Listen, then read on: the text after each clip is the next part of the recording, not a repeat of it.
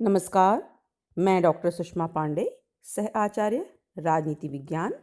आज के व्याख्यान में आप सभी का हार्दिक स्वागत करती हूँ। आज हम बात करने वाले हैं बीए फाइनल राजनीति विज्ञान में पढ़ाए जाने वाले प्रथम पेपर पाश्चात्य राजनीतिक विचारकों के संदर्भ में। और आज जिस राजनीतिक विचारक की हम चर्चा करेंगे उनका नाम है थॉमस हिल ग्रीन। थॉमस हिल ग्रीन की अगर हम बात आरंभ करें उससे पहले हम यह जान लें कि जो थॉमस हिल ग्रीन हैं वो अपने विचार की शुरुआत ही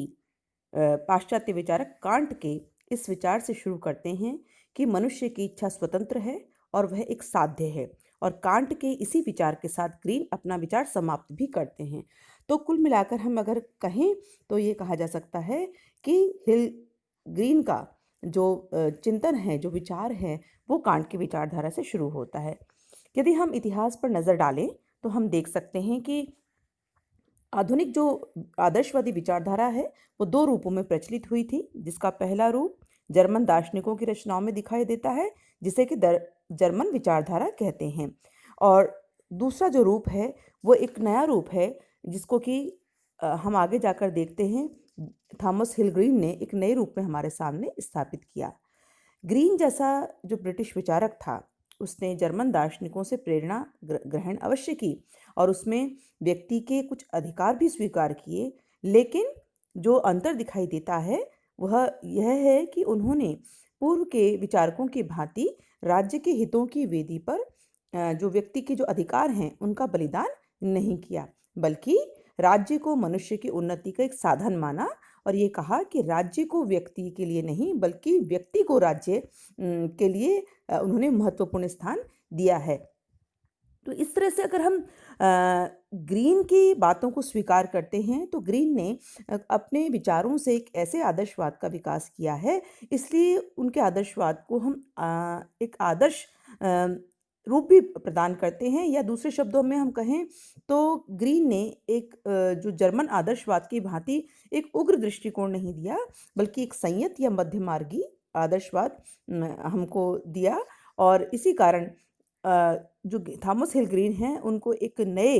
हीगलवादी दार्शनिक का दर्जा दिया जाता है। तो अगर हम बात करें कि थॉमस हिल ग्रीन किस तरह के विचारक थे, तो हम सर्वप्रथम यह कह सकते हैं कि थॉमस हिल ग्रीन, जिनका समय 1836 से 1882 के बीच का है, उन्हें हम नव हीगलवादी दार्शनिक का स्वरूप उनके विचारों में हम देख सकते हैं, या उन्हें नव हीगलवादी जो दार्शनिक के रूप में जान सकते हैं। और उन्होंने जिस तरह से मैंने अभी आपको बताया कि जर्मन आदर्शवाद के विचारों को समग्र रूप में यानी पूरी तरह से ग्रहण नहीं किया और उसमें कुछ संशोधन किया, तो कुछ संशोधनों के साथ उन्होंने जर्मन आदर्शवाद के विचारों को स्वीकार किया और ये माना कि व्यक्ति ज़्यादा महत्वपूर्ण होता है। वह राज्य के आदेशों का पालन जरूर करेगा, लेकिन वह राज्य की जो निरंकुशता है जिसके माध्यम से राज्य उसके अधिकारों पर नियंत्रण करे, उसको उन्होंने स्वीकार नहीं किया। तो इस रूप में जो थॉमस हिल ग्रीन हैं वो हमें एक आदर्शवाद का एक स्वरूप प्रदान करते हैं, जिसको कि हम मध्यमार्गी आदर्श कहते हैं, जिसमें उन्होंने आदर्शवाद के उग्र रूप की बजाय संयत या मध्यमार्गी रास्ते को अपनाया है। अगली बात जो हम थॉमस हिल ग्रीन के संदर्भ में कह सकते हैं,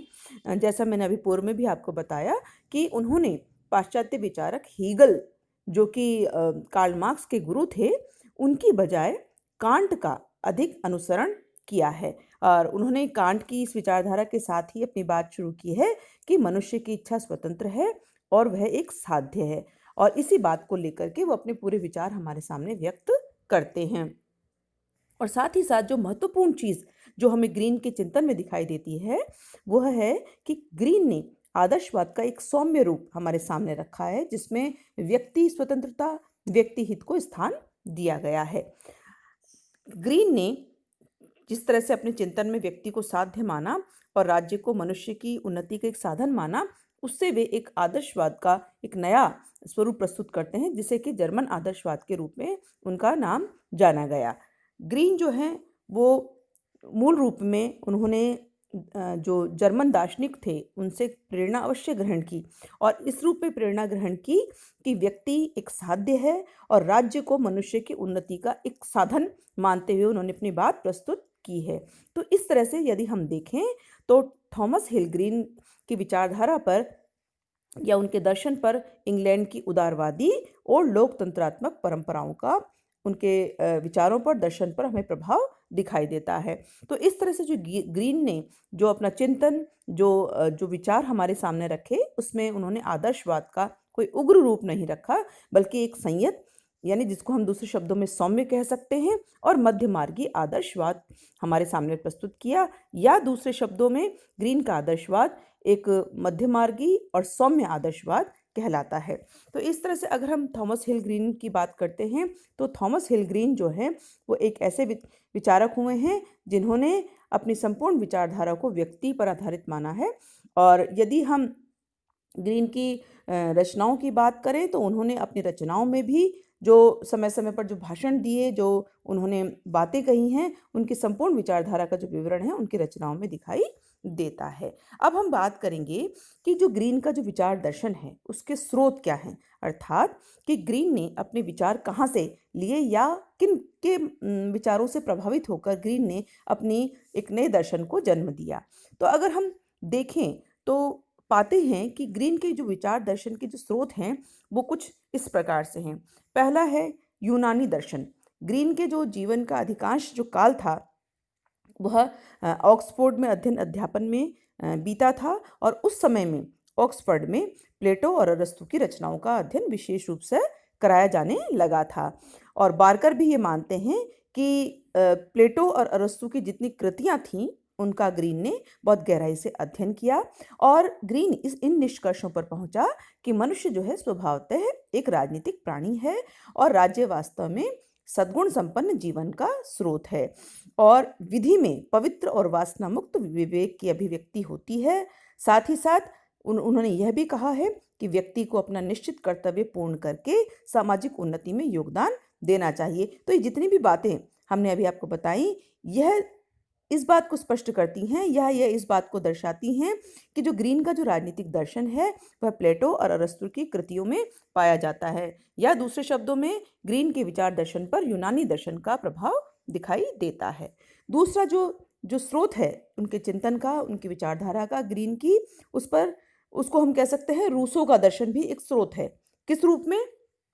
ग्रीन ने अपने दर्शन में हालांकि रूसो की क्रांतिकारिता और कल्पनावादिता की झलक उसमें दिखाई नहीं देती, लेकिन रूसो की तरह ग्रीन भी व्यक्ति की नैतिक स्वतंत्रता को महत्व देते हैं, और साथ ही साथ वह यह भी कहते हैं कि जिस तरह से रूसो ने सामान्य इच्छा की बात की है और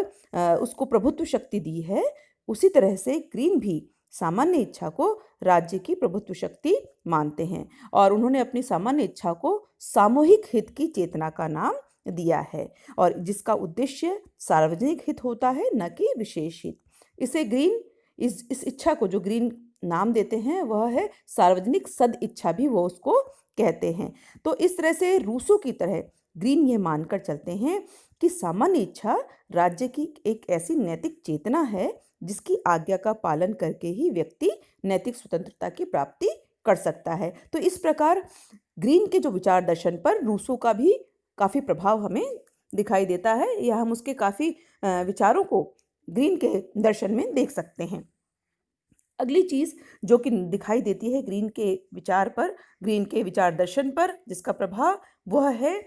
जर्मन आदर्शवाद। तो ग्रीन के राजनीतिक चिंतन पर जो मूल रूप से आदर्शवादी जो चिंतक थे, जो जर्मन आदर्शवादी चिंतक थे, जिनमें कांट, हीगल और फिक्टे का प्रभाव दिखाई देता है। वो किस रूप में?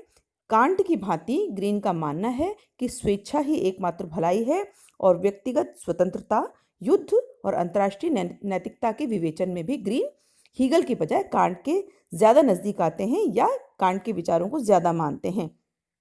साथ ही साथ हीगल की तरह ग्रीन भी ये मानता है कि शाश्वत देवी चेतना अथवा विवेक निरंतर अपने लक्ष्य पूर्णता की प्राप्ति की दिशा में बढ़ते रहते हैं। और साथ ही साथ वो हीगल की तरह से ही ग्रीन राज्यों को, समुदायों को समुदाय या सर्वोच्च समुदाय मानता है, और ये मानता है कि राज्य का सदस्य रह करके ही व्यक्ति समुदायों की सदस्यता ग्रहण कर सकता है और अपने अधिकारों को प्राप्त कर सकता है। साथ ही साथ वो ये भी कहते हैं कि अन्य समुदायों की तुलना में राज्य इसलिए सर्वोच्च होता है क्योंकि वही सामान्य इच्छा की पूर्ण अभिव्यक्ति है। तो स्वतंत्रता के संबंध में भी ग्रीन के विचार जो हैं वो हीगल के विचारों से प्रभावित दिखाई देते हैं। और दूसरे शब्दों में अगर हम कहें तो ग्रीन स्वतंत्रता के विधेयात्मक स्वरूप या पॉजिटिव रूप को मानता है। और अगला जो प्रभाव उनके चिंतन पर हमें दिखाई देता है वो है नॉन कन्फॉर्मिसिस्ट, यानी नॉन कन्फॉर्मिसिस्ट के विचारों से भी ग्रीन को काफ़ी प्रेरणा प्राप्त हुई और उनकी राजनीतिक विचारधारा पर इसका स्पष्ट प्रभाव दिखाई देता है, जिसमें उन्होंने मूल रूप में ये माना कि व्यक्ति जो है विशेष रूप से उसके संदर्भ में उन्होंने माना है कि उसको उसकी नैतिकता पर विशेष बल दिया है। और साथ ही साथ यह भी माना है कि शासन से वो क्या मांग करते हैं कि शासन को शराब, जुआ और घुड़दौड़ जैसी जितने व्यसन हैं उन पर रोक लगानी चाहिए और साथ ही साथ जो है नैतिकता पर विशेष बल देना चाहिए। वो ये भी कहते हैं कि ये लोग भू संपत्ति पर विश्वास नहीं करते थे, लेकिन साथ ही व्यक्तिगत पूंजी एकत्रित करने के विरोधी नहीं थे। तो ये जो बातें कही गई थी, इन सारी बातों का, इन विचारों का ग्रीन पर पर्याप्त प्रभाव पड़ा और उन्होंने खुद स्वयं भू संपत्ति का विरोध किया, लेकिन व्यक्तिगत संपत्ति प्राप्त करने के सिद्धांत को मान्यता दी। तो इस तरह से हमने बात की कि थॉमस हिल ग्रीन किस तरह के विचारक हैं, उन्होंने किस तरह की विचारधारा को अपने चिंतन में, अपने दर्शन में प्रस्तुत किया है और कौन से उनके स्रोत हैं जिनसे उन्होंने विचार दर्शन को हमारे सामने व्यापक रूप में रखा है। आज का यह व्याख्यान हम यहीं समाप्त करते हैं। अगले व्याख्यान में हम एक नए विचार के साथ पुनः आपसे बातचीत करेंगे। तब तक आप सभी का धन्यवाद।